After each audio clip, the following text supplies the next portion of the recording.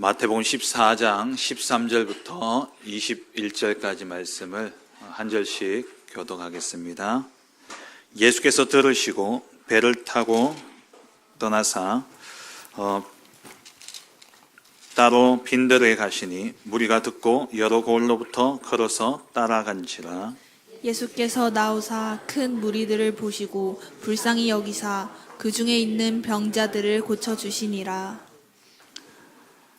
저녁이 되매 제자들이 나와 이르되 이곳은 빈들이요 때도 이미 저물었으니 무리를 보내어 마을에 들어가 먹을 것을 사 먹게 하소서.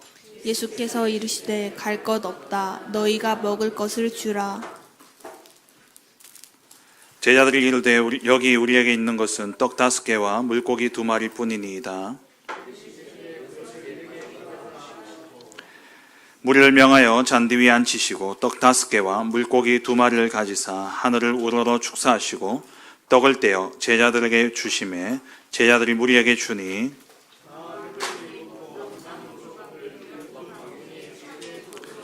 같이 읽겠습니다. 먹은 사람은 여자와 어린이 외에 5,000명이나 되었더라. 아멘. 함께 인사 나누겠습니다. 우리 평안하십시오. 당신은 세계살릴 선교사입니다.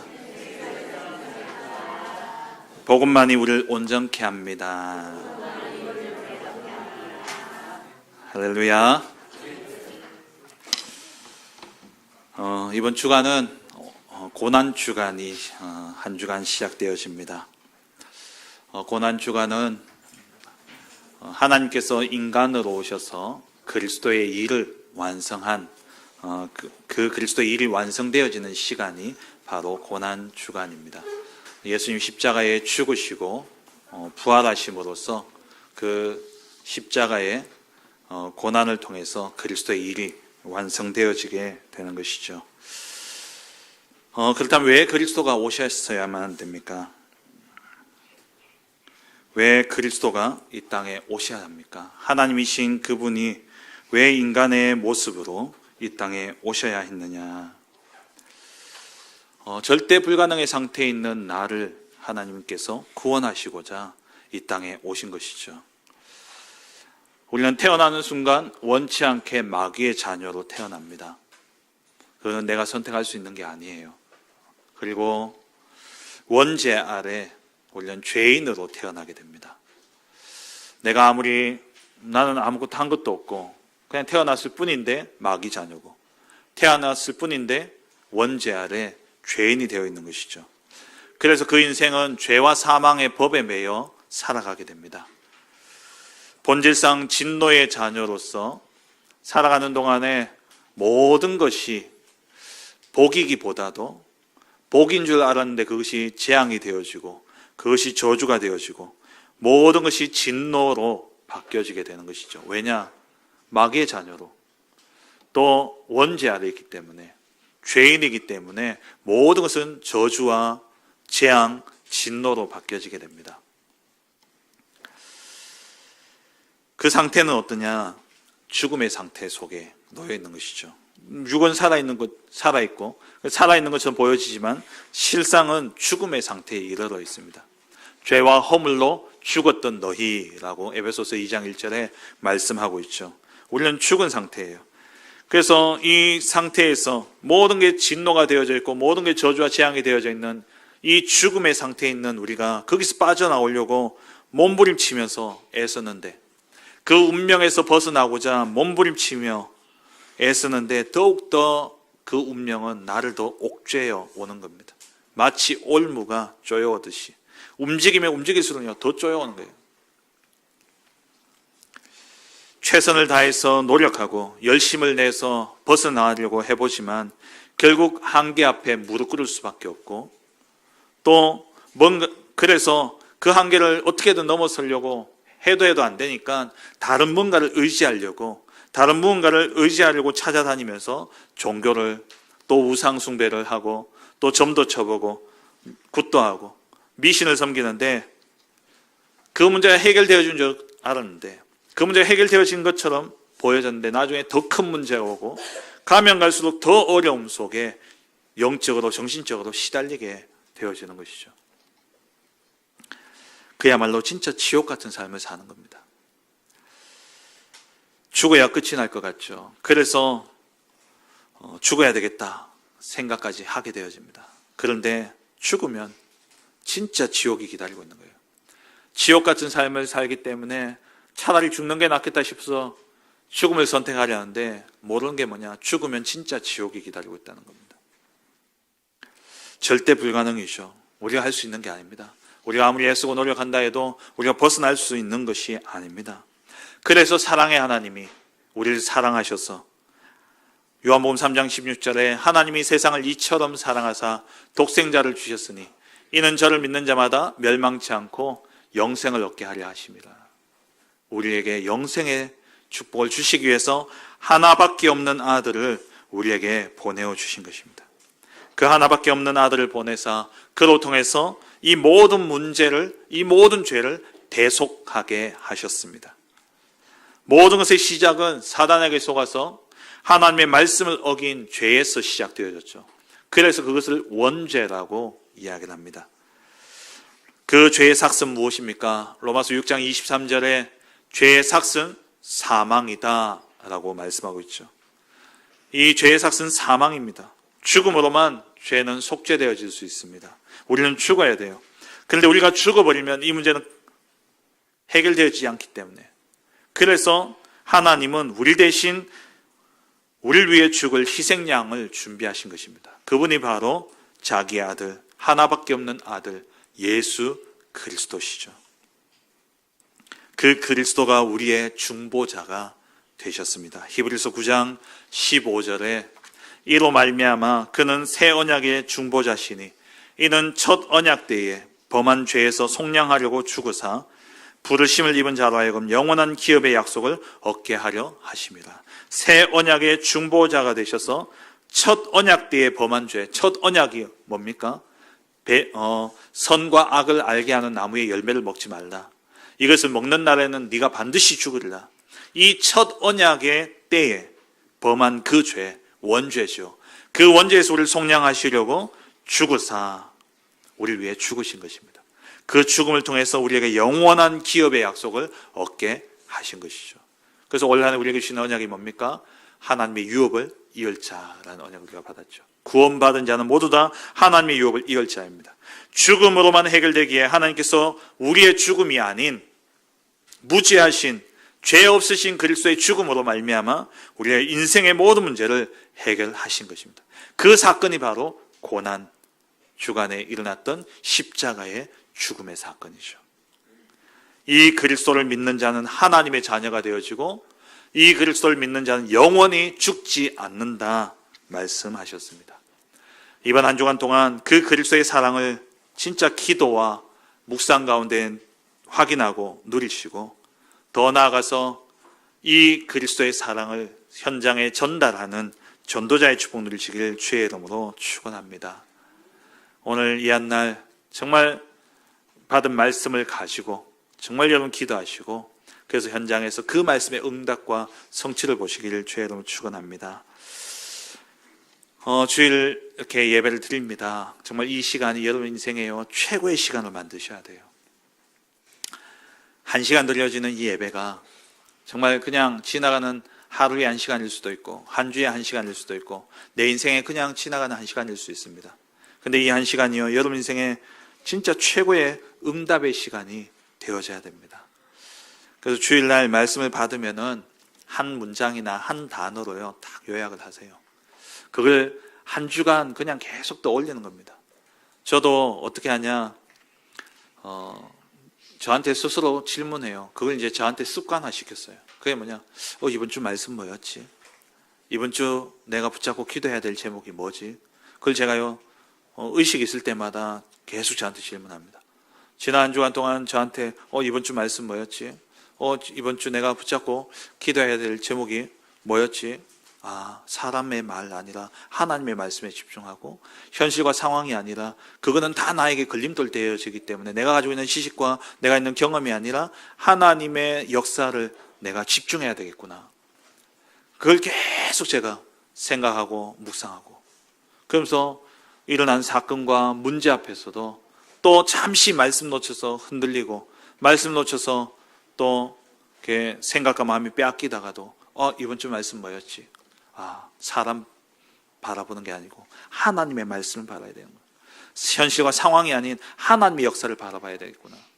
그러면서 또다시 말씀으로 기도 속에 들어가고 또 다그치고, 그러면서 이 말씀이 내게 점점 뿌리가 내리고 각인이 바뀌고 체질이 바뀌어지는 거예요. 여러분, 한 주일 강단을 통해서 주신 이 말씀을 가지고 여러분 진짜 기도 속에 들어가서 한 주간의 삶 속에 말씀으로 보여지면은요, 내 각인이 바뀌어집니다. 나의 뿌리가 바뀌어지고 내 체질이 바뀌어져요. 이게 한 주에 한 개만 내 각인 뿌리 체질이 바뀌어져도 1년이면요 52개입니다. 몇 년 신앙생활 하셨습니까?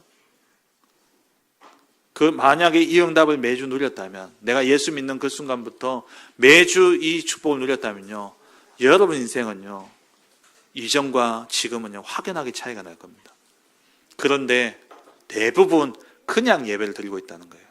예배 드리고 난 다음에, 예배 딱 드리고 나면 축도 끝나면 내 할 일 다 했다 생각하고 그냥 가는 거예요.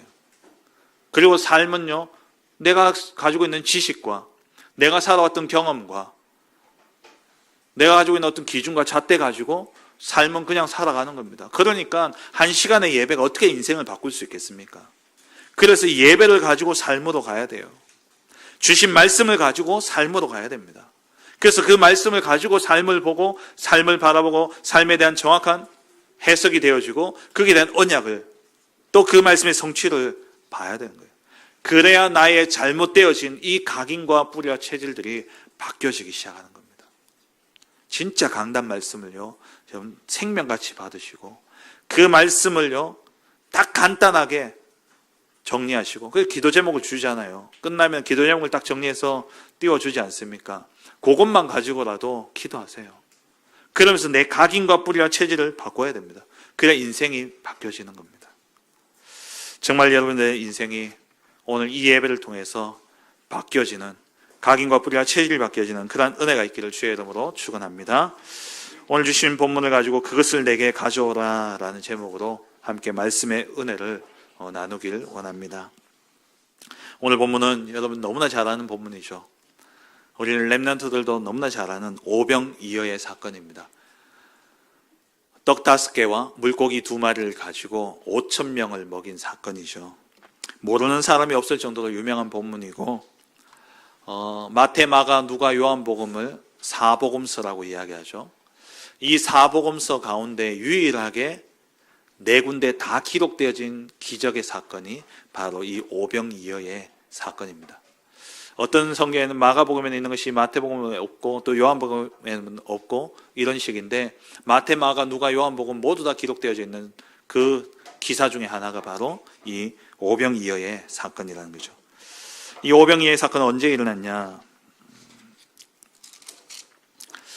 우리 마태복음을 보면은, 마태복음 10장에 보면 예수님이 12제자를 현장으로 파송합니다. 현장으로 파송하게 되어지는데, 그 현장으로 파송되어진 제자들이 돌아와서 예수님 앞에 그 현장에 일어났던 이야기를 막 보고하게 되어져요. 근데 그 사건 이후에 지금 마태복음은 그 사이에 11장, 12장, 13장이 들어가 있습니다. 그런데 마가복음을 보거나 병행 구절인 누가복음을 보게 되면은 이 오병이어의 기적이 언제 일어났냐니까 그 12제자가 현장으로 파송되어지고 돌아온 그 사건 이후에 일어난 사건이에요. 그러니까 이 12제자가 현장에 파송되어지고 난 다음에, 이게 예수님 혼자 다닐 때는 이 지역에 이렇게 조금씩 이제 복음이 전파되어졌습니다.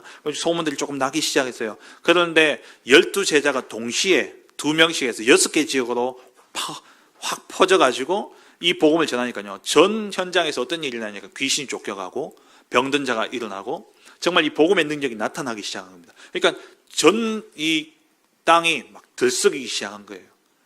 이 소문이 누구에게까지 들렸냐? 헤롯, 그 당시에 분봉왕 헤롯에게 이 소문이 들린 겁니다. 그래서 오늘 14장 1절에 보시면은 그때에 라고 되어 있는데, 이 그때는 언제냐? 12제자가 현장에 가서 복음을 전해서 이 복음의 역사가 일어난 그때에, 이 시끌시끌한 이 역사가 이제 헤롯 왕에게 보고가 되어진 거예요. 근데 여기에 이제 분봉 왕이라고 되어 있는데 헤롯이라고 되어 있으니까 헤롯 왕이 많이 있으니까 여러분 헷갈리시는데 로마가 인정한 왕은 헤롯 대왕 한 명입니다. 이 지금 나오는 이 헤롯의 아버지, 이 아버지 헤롯 대왕, 그 헤롯 성전을 지은, 예수님 태어나시기 전에 이 헤롯 성전을 짓죠. 그 헤롯 성전을 지었던 그 헤롯 대왕, 이 헤롯 대왕이 죽고 난 다음에 헤롯 대왕이 죽을 때 유언을 했어요. 이 나라를 누군가 한 명이 일어나서 다스리지 말고 4개로 나눠 가지고 그렇게 다스리게 해달라. 그래서 로마에도 그걸 건의하고 유언을 한 겁니다. 그 유언대로 이 나라가, 이 유대 나라가 4개 지역으로 나뉘어지게 되어졌습니다. 4개 지역으로 나뉘어지면서 헤롯의 아들 3명과 헤롯의 누이였던 살로메, 이 4명에게 이 4지역을 나눠서 다스리게 했어요. 그래서 이들은 왕이기보다도 그냥 총독이나 통치자 같은 그런 내용입니다. 그래서 여기 분봉왕이라는 이 말은, 분봉왕이라는 이 뜻은 4개 지역을 다스리는, 4개 지역 가운데 4분의 1을 다스리는 자라는 뜻입니다. 이 헤롯이 그 지역을 다스리는데, 이 헤롯이 다스렸던 지역이 어디였냐니까 갈릴리 지역이었어요. 그 지역에 이제 예수님이 집중해서 복음 운동을 하다 보니까 이 복음의 역사가 일어나니까 헤롯에게 이 소식이 들려지는데, 헤롯이 이 소식을 듣는데 누가 생각났냐? 자기가 죽였던 세례 요한이 생각난 거예요. 이 세례 요한 같은 그런 영향력이 있는 사람으로 이 예수님이 생각되어진 겁니다. 이 세례 요한이 어떻게 했냐니까, 이 헤롯 이름이 헤롯 안티파스인데요. 이 헤롯 안티파스가 자기 이복 동생인 빌립의 아내를 보고 이 사람이 마음을 걸리게 되어진 거예요. 그래서 이 빌립은 왕은 아니었습니다. 로마의 귀족이었고 로마에 살고 있었는데, 이 분봉왕이었던 헤롯 안티파스가 이 빌립의 아내인 헤로디아를 자기 아내로 취한 거예요. 그러니까 이 세례 요한이, 이것은 율법에, 이거는 남의 아내를 취하는 것은 율법을 범한 거다. 그래가지고 세례 요한이 계속 항소를 한 거예요. 계속 이제 소리를 낸 거죠. 그러니까 이 헤롯이 이 세례 요한을 잡아다가 옥에 가둔 겁니다. 그런데 죽이려고 하니까 이 백성들이 세례 요한을 너무 많이 따른단 말이죠. 그래서 죽이지는 못하고 감옥에 놔뒀는데, 이 헤롯의 생일날 헤로디아의 딸이었던 그 딸이 이 헤롯 앞에서 춤을 추는데 헤롯이 너무 기분 좋은 거예요. 그래가지고 뭐라고 이야기했냐? 야, 네가 나라의 절반을 달라 해도 내가 줄게. 네가 원하는 거 내가 다 들어줄 테니까 뭘 원하냐 하니까, 이 딸이 엄마한테 찾아가서 엄마 뭐라고 이야기할까 하니까, 이 헤로디아가 세례 요한의 목을 달라 해라. 그래가지고 이 딸이 왕에게 세례 요한의 목을 요구합니다. 근데 이 왕이 기쁘게 그 일을 했겠습니까? 죽이려면 벌써 죽였죠. 근데 자기가 말했으니까 어쩔 수 없이 이 세례 요한의 목을 쳐서 죽인 거예요. 아마 그때부터 이 왕은요, 악몽에 시달렸을 겁니다. 계속 시달린 거예요. 근데 갈릴리에 막 이상한 일들이 일어나면서 이 예수라는 사람이 일어나가지고 막 기적을 일으키는데, 이 세례 요한이 했던 거하고 비슷하단 말이에요. 그래서 이 왕이 세례 요한이 죽었다가 살아난 게 아니냐 하고 막 두려워 떨고 있었던 겁니다. 그 이야기를 예수님이 들으시고, 오늘 13절에 예수께서 들으시고 라고 나오죠. 그 이야기를 들었다는 거예요. 헤롯이 이 예수님의 소문을 듣고 세례 요한이 부활한 게 아닌가라고 생각하고 두려워 떨고 있는 그 이야기를 예수님이 들으시고 어떻게 하셨냐? 배를 타고 떠나서 갈릴리 지역을 떠나신 겁니다. 갈릴리 지역을 떠나서 빈들에 가시니, 사람들이 없는 조용한, 아무도 이렇게 사람들이 인적이 드문 그곳에 예수님 떠나가신 거예요. 그곳에 이제 호수를 건너서, 그곳이 뱁세다 광야라고 이야기하는데요. 그곳에 이제 가게 되어진 겁니다. 왜 예수님이 이곳을 떠났냐? 왜 헤롯의 반응을 듣고 왜 예수님 떠나셨냐? 먼저는 헤롯을 피해서 세례 요한과 같이 예수님이 또 잡히시거나 옥에 갇힐 수 있기 때문에, 그게 두려워서 떠났기보다도 예수님의 시간표가 아직 되지 않았기 때문에, 그래서 잠시 피한 겁니다.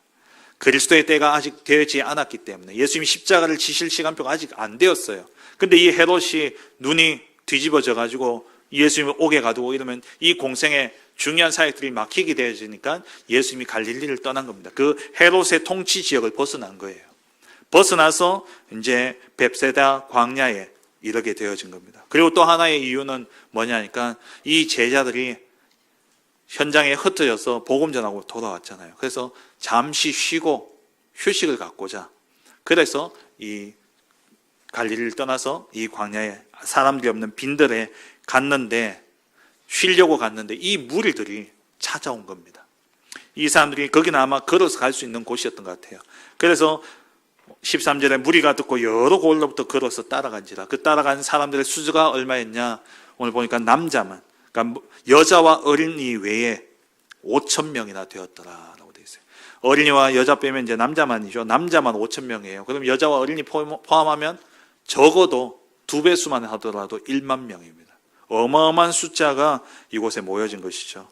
근데 그 자리에서 예수님이 또 그 찾아온 무리를 보면서 14절에 불쌍히 여기시고 그 무리 가운데 병든 자들을 고쳐주시고 그렇게 하다 보니까는요 하루가 다 지난 겁니다. 이제 해가 지고 저녁이 되었어요.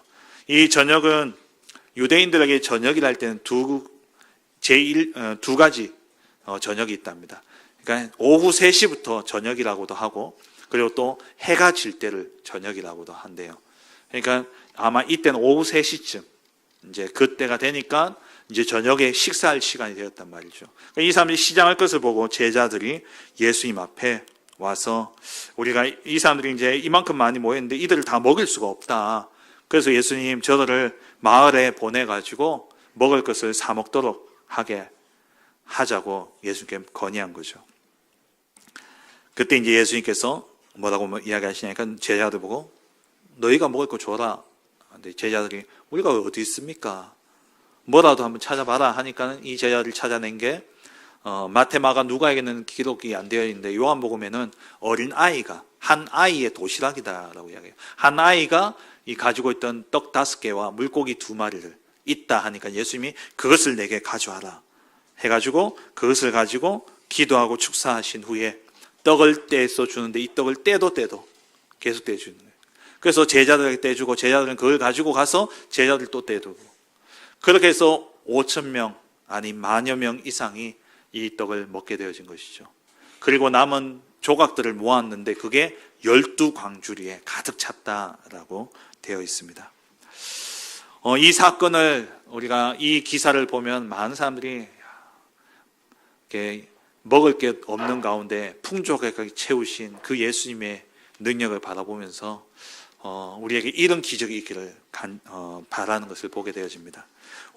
이 오병이어라는 이 작은 것을 가지고 5,000명을 먹인 이 기적에 사람들이 환호하는 것을 보게 되어져요. 그런데 오늘 이 시간 저와 여러분들이 주목해야 될 것은요. 5,000명, 10,000명이 물고기 2마리와 떡 5개로 배불리 먹고 12광주리가 남은 이 기적, 그 기적이 아니라 이 기적이 일어날 수밖에 없었던 이유를 우리는 봐야 됩니다. 그것은 바로 뭐냐? 주님께 가져갔다라는 거예요. 주님께 가져갔다라는 거. 물고기 2마리와 떡 5개, 정말 하찮은 도시락 아닙니까? 그것을 주님께 가져갔습니다. 무엇을 가져갔기에 이런 기적이 일어났냐? 저와 여러분의 삶 속에 진짜 이러한 기적이 일어나기를 원하십니까?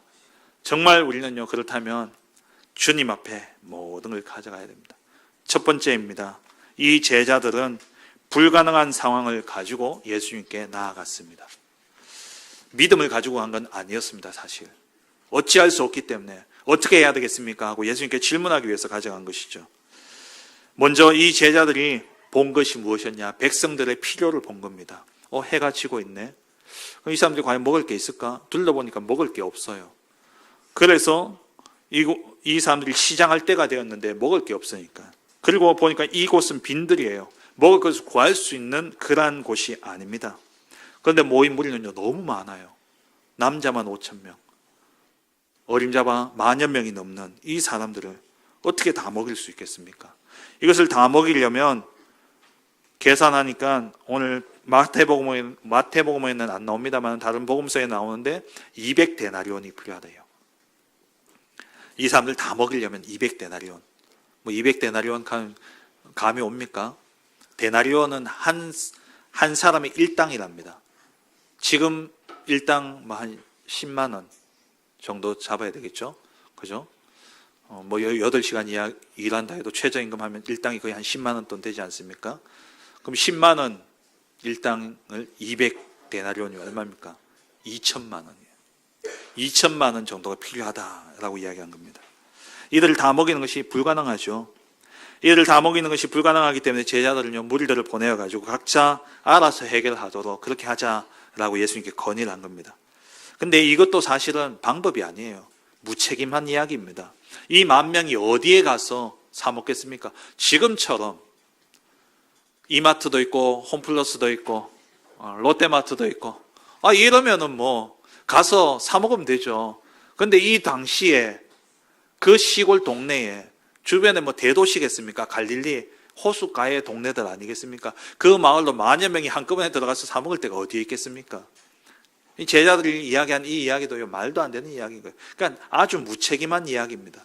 근데 가능하지 않은 이야기였고 정말 불가능한 이야기지만 이들의 필요를 보고 이들의 필요를 보았다라는 것, 그리고 그에 대해서 고민을 했다라는 것, 그리고 그것을 가지고 예수님께 나아갔다라는 것, 여기서 시작되어진 겁니다.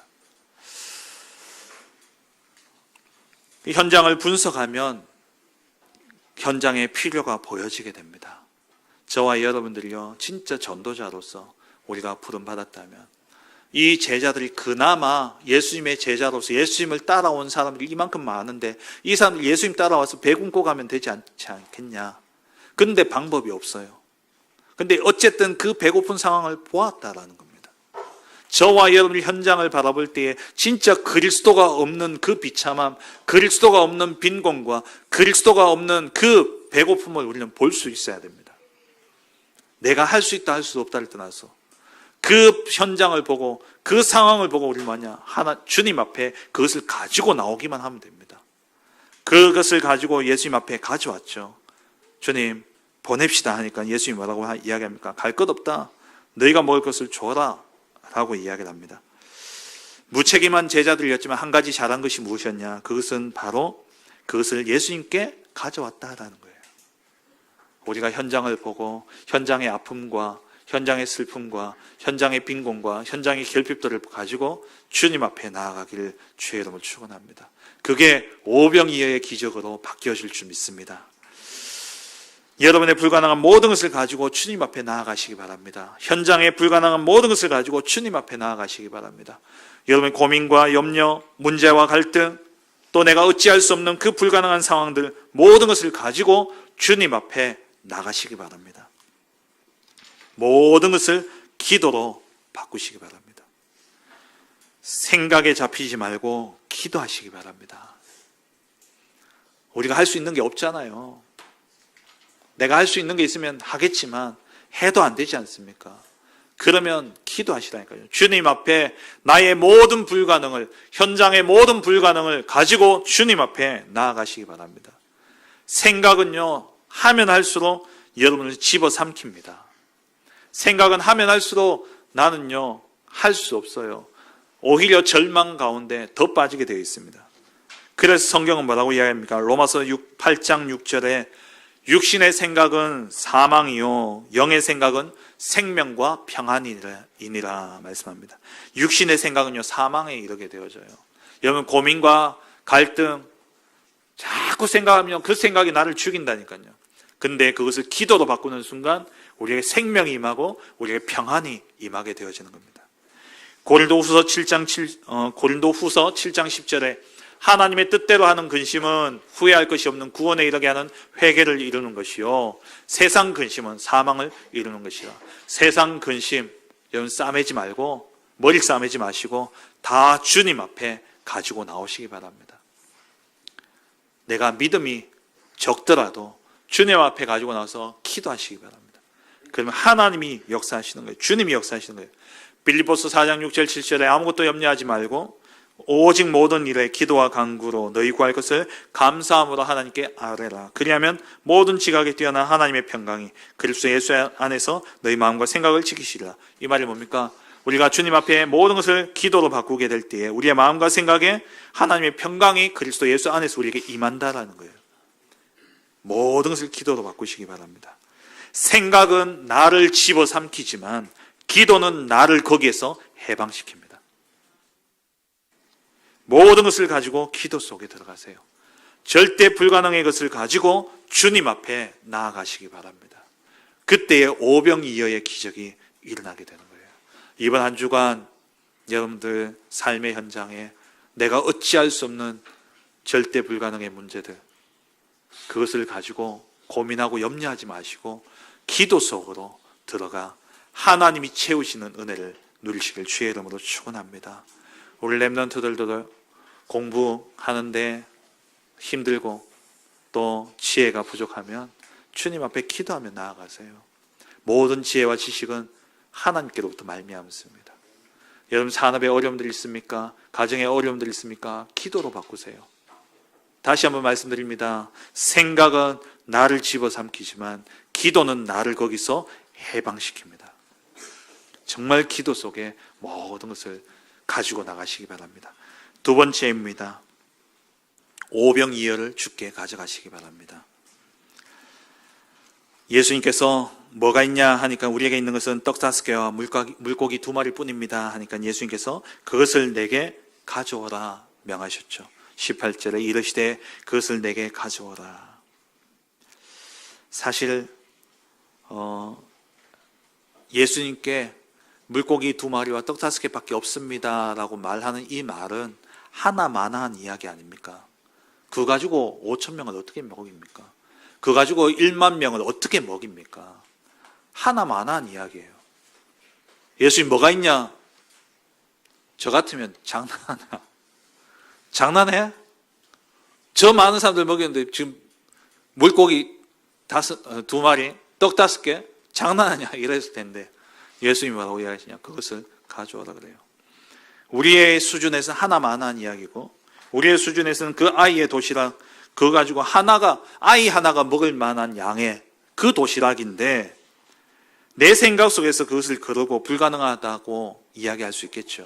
근데 우리 주님은요 그것을 가져오라 이야기하십니다. 그것을 가져오래요. 그런데 이것이 주님 앞에 가져갔을 때에 5,000명을 먹이는 1만 명을 먹이는 그러한 도시락이 되어졌습니다. 하나님이 하시고자 하시는 일을 위해 내가 드릴 수 있는 것이 너무나 작고 보잘것없고 미약할 수 있습니다.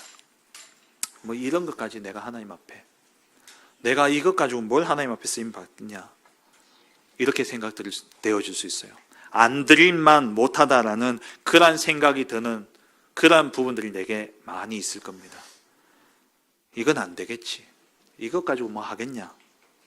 그게 돈일 수도 있고요. 그게 나의 능력일 수도 있고요. 그게 내가 가지고 있는 배경일 수도 있고요. 그게 나의 지식일 수도 있고요. 그게 나의 어떤 성격일 수도 있습니다. 그런데 그게 주님의 손에 잡힐 때에는요, 모든 사람을 살리는 도구가 되어졌다라는 겁니다.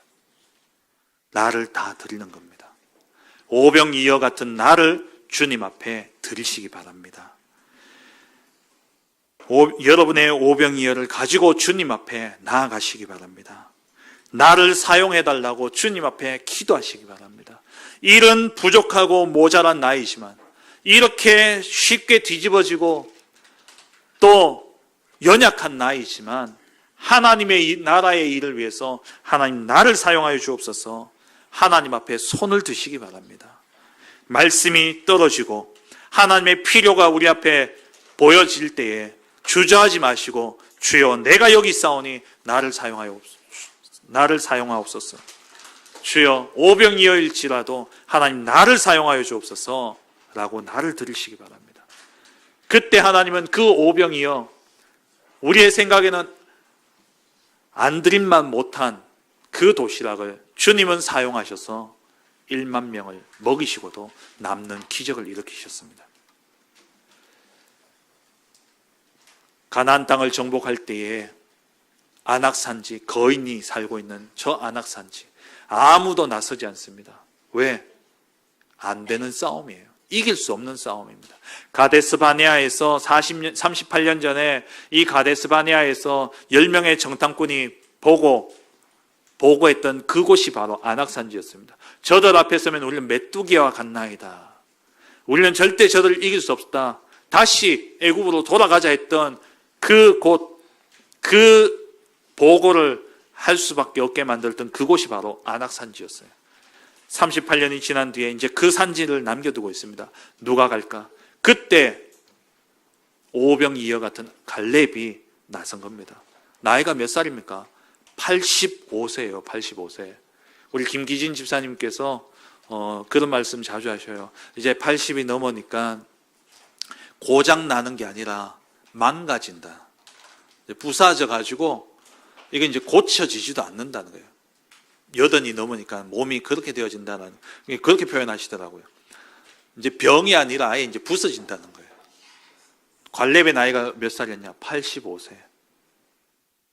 우리가 볼 때에 누가 갈래 할 때 그 85세 노인이 내가 가겠다 손 들면 우리 어떻게 생각하겠습니까? 저 영감이 노망 들었구나. 도라치 왜 간다고 척하냐? 그런데요, 하나님이 그 사람을 통해서 안악산지를 무너뜨리셨어요. 우리가 바라볼 때 오병이요, 우리가 볼 때는 아이의 도시라, 하찮고 필요 없고 모자란, 근데 그것이 주님 앞에 드려졌을 때, 주님이 필요라는 그때 그 시간에 그 자리에서 주님 앞에 드려질 때에 그것은요 모든 사람을 배부르게 하고 모든 사람을 살리는 도구가 되어졌다는 겁니다. 골리앗이, 블레셋이 이스라엘을 쳐들어왔습니다. 그 가운데 골리앗 장수가 키가 3m라 그러잖아요. 최홍만하고 그 격투하는 거 한번 보셨습니까? 날고 긴다는 그런 그 격투기 선수가요, 최홍만하고 붙었는데 최홍만이 그냥 툭 치니까요 한 대 막 훅 날아가 버려요. 다가오니까 최홍만은 무릎만 올렸는데요, 그 친구 머리가 날아가 버려요. 골리앗이 3m가 되는. 그래서 누가 나올래? 며칠 동안 계속 골리앗이 소리 지르면서 나가고 붙였는데 아무도 안 나갑니다. 근데 10대의 소년이 내가 나가겠습니다 하고 나간 거예요. 그 옆에서 바라본 사람들이, 그 형들이 뭐라 그랬습니까? 네가 옛날부터 교만하더니만. 그런데 하나님이 필요하신 그때에 언약 잡고 나간 그 어린아이, 그 다윗을 통해서 골리앗이 무너지고 이스라엘이 구원받았습니다. 하나님께서 물으십니다. 누가 나를 위해 갈고? 평온한 시기에 아수르가 히스기야 왕에게 의해 가지고 무너졌던 그러한 이 유대 나라가 온 세계에 소문이 나면서, 야, 저 나라가 아수르를 이겼다 이러면서 이 나라가 막 들떠있을 그때에 하나님은 누군가를 보내어 가지고 유다의 멸망을 선포해야 되는데 누가 나를 위해 갈고? 라고 주님이 물으실 때, 그때 이사야 선지자가 주님, 내가 여기 있사오니 나를 보내소서. 여러분, 그 부족한 죄 많은 그 사람이 내가 가겠다 했을 때 하나님이 그를 통해서 유다를 살리는, 그 하나님의 말씀의 성취를 이루는 그 일에 하나님 사용하셨습니다. 우리나라 초창기의 선교 역사에 누가 조선을 향해 갈 것인가? 그 젊디 젊은 청년들이 자기의 청춘을 버리고 이 미지의 땅, 이 불모지 흑암이 가득한 이곳에 온 거예요. 근데 그들을 통해서, 그 오병이어 같은 그들을 통해서 이 나라가 이렇게 바뀌어진 겁니다. 지난주에 제가 디지스트에 들어가서 미얀마에서 온 유학생 한 명을 만났는데 그 친구에게 제가 그랬어요. 우리나라의 역사를 이야기하면서. 이 친구는 이제 불교 배경이에요. 나라 자체가 불교니까. 그래서 세계의 역사를 이야기하면서 복음이 들어간 나라마다 어떻게 되어졌는지 아냐? 미국, 제일 먼저 로마, 프랑스, 독일, 영국, 미국, 일본, 한국 생각해봐라. 우리나라는 140년밖에 안 됐다. 140년 전에 기독교가 들어왔고 그때부터 우리나라가 이렇게 발전되어졌다. 너희 나라 진짜 복음이 살 수 있다. 너 하나를 통해서 그 나라를 살 수 있다. 이제 그러면서 제가 전도지를 줬거든요. 물론 뭐 표정은 그렇게 썩 밝진 않았습니다만 진짜 복음 들어가는 그 한 사람을 통해서 하나님이 어떤 역사를 해주시는지 아시잖아요. 그 한 사람을 하나님 찾고 계신다면 누가 일어나야 되겠습니까? 하나님, 나는 오병이었는데요. 나는 보잘것없는데요. 아니에요. 결국 손을 들면 누가 쓰시냐? 하나님이 쓰시는 겁니다. 하나님이 지금도 하나님 나라의 일을 이룰 자를 찾고 계십니다. 농공, 현풍, 육아, 구지, 창녕. 오늘 우리 장로님 기도하셨습니다. 저는 오늘 장로님 기도를 들으면서 제일 많이 들렸던 게 작은 교회 이야기였어요. 진짜 맞잖아요. 작은 교회, 가진 것 없고 모자라는 교회. 그런데 하나님은 우리 교회를 통해 이 지역에 농공, 현풍, 육아, 구지, 창녕 이 지역에 전도만 하는 지교회를 세우기를 원하십니다. 누가 손을 드시겠습니까? 누가 가시겠습니까? 이재성 손 들었습니다. 우리 렘넌트 역시 다릅니다. 오병이어 같은 나를 보내소서. 정말 여러분 기도하시기 바랍니다. 한 지역을 책임지고 한 지역에 24 전도만 하는 전도지교를 내가 세우겠다. 오병이어인 내가 여러분 손 드시기 바랍니다. 그리고 이제 선교대회가 다가옵니다. 2, 3, 7 나라 5천 종족을 살릴 그 한 사람을 하나님 찾고 계십니다. 한 나라 한 종족을 내가 살리겠노라. 오늘 손을 들고 주님 나를 오병이어 같은 나를 사용하여 주옵소서 기도하시기 바랍니다. 내 모습 바라보지 마세요. 하나님이 필요로 하시는 그때 하나님이 하고자 하신 그 일 앞에 하나님이 필요로 하시는 그 자리에 내가 손만 들면 하나님이 일하시는 겁니다. 우리 렘넌트들 아마 미래에 대한 걱정이 많을 겁니다. 나는 뭐 해야 될 것인가? 나는 어떤 사람이 되어야 될 것인가? 나는 어떤 일을 해야 될 것인가? 여러분 시대에 바라보며 이 시대의 재앙을 보시기 바랍니다. 우리 렘넌트들은 이 시대의 가장 재앙 만난 현장을 보시기 바랍니다. 그곳에 복음이 필요합니다. 이 시대에 가장 재앙 만난 나라 그곳에 복음 가진 자가 필요합니다. 거기에 누군가를 하나님 찾고 계십니다. 여러분 나는 할 수 없다. 나는 부족하다.